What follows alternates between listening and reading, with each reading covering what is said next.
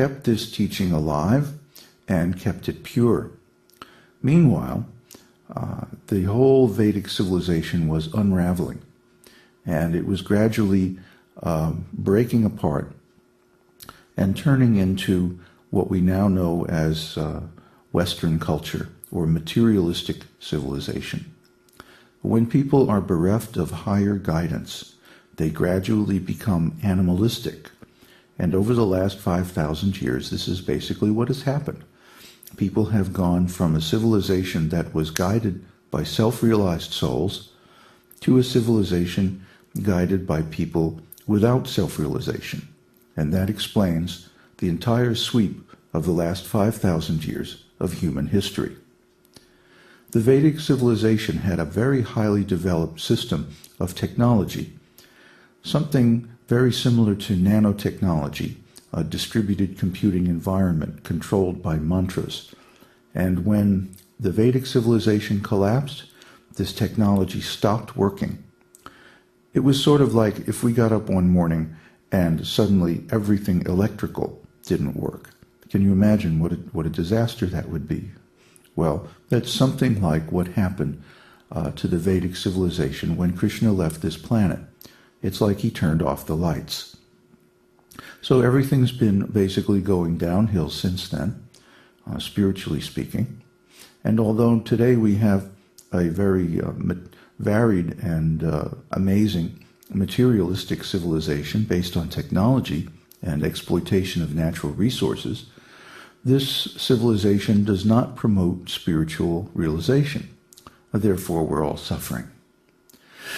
So now is the time that the esoteric teaching has come out of the background, actually out of secrecy, and is being broadly pushed and promoted all over the world under different names.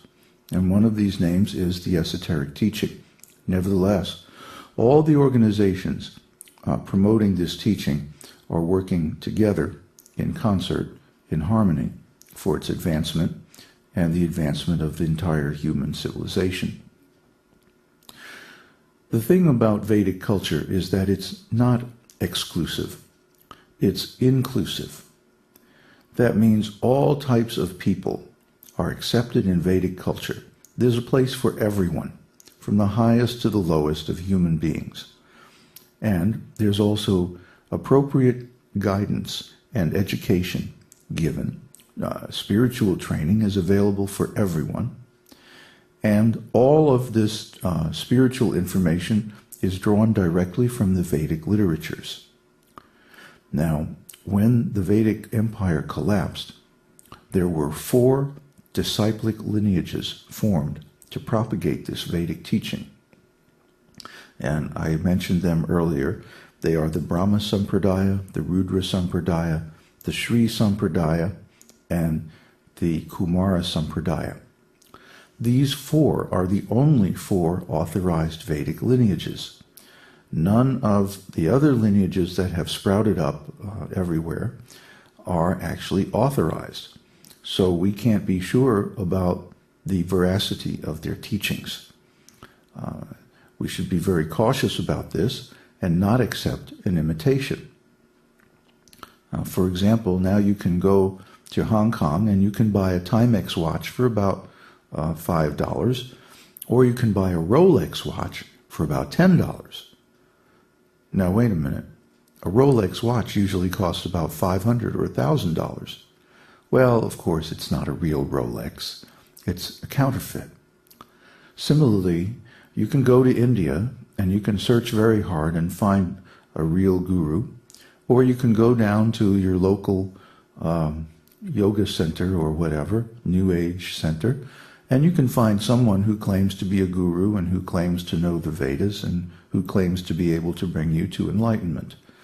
And it's much easier than going to India.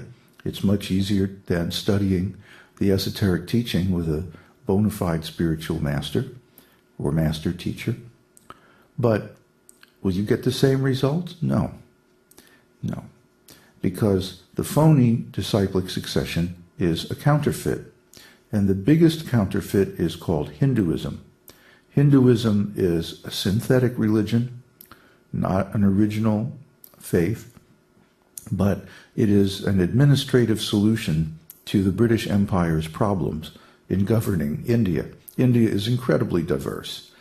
There are so many religious cultures, all based on the Vedas, but with varying degrees of fidelity and levels of advancement and so forth.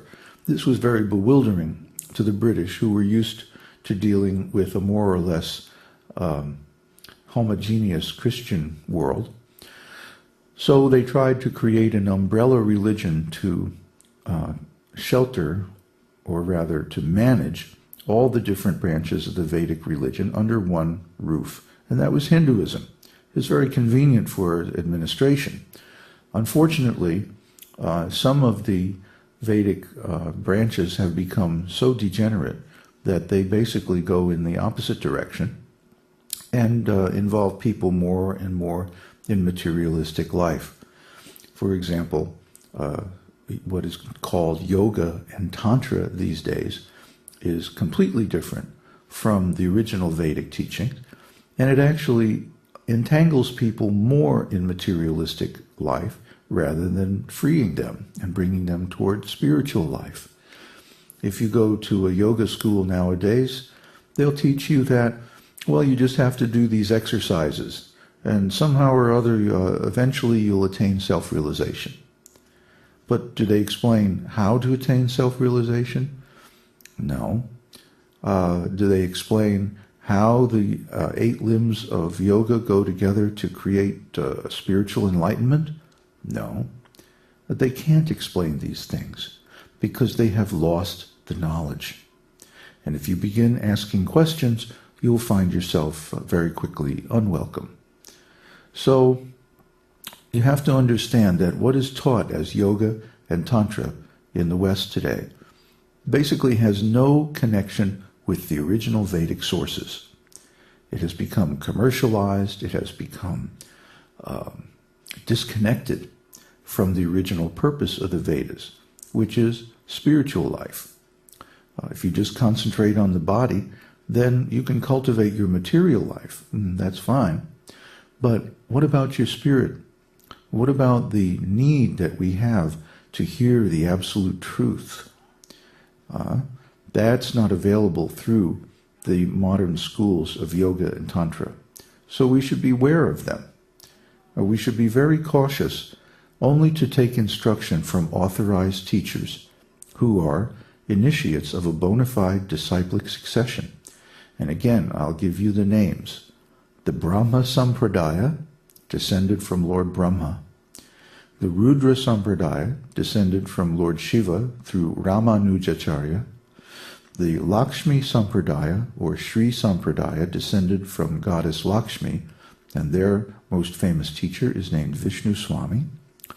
And the Sanaka Sampradaya, or Kumar Sampradaya, descended from the 4 Kumaras through Nimbarkacharya. So these are the 4 authorized Vedic lineages. Others are not authorized. If someone is teaching Shankara, they cannot help you. They cannot really guide you towards your eternal spiritual identity and your perfect body.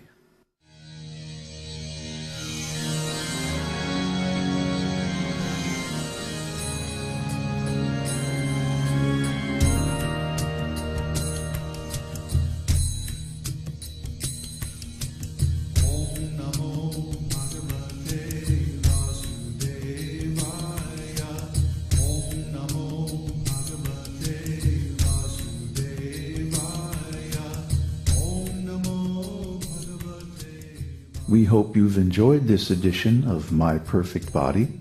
This is David Hughes, your host, reminding you to visit us on the web at esotericteaching.org, where you can purchase the complete Esoteric Teaching Introductory Seminar DVD and many CDs of transcendental music and mantras.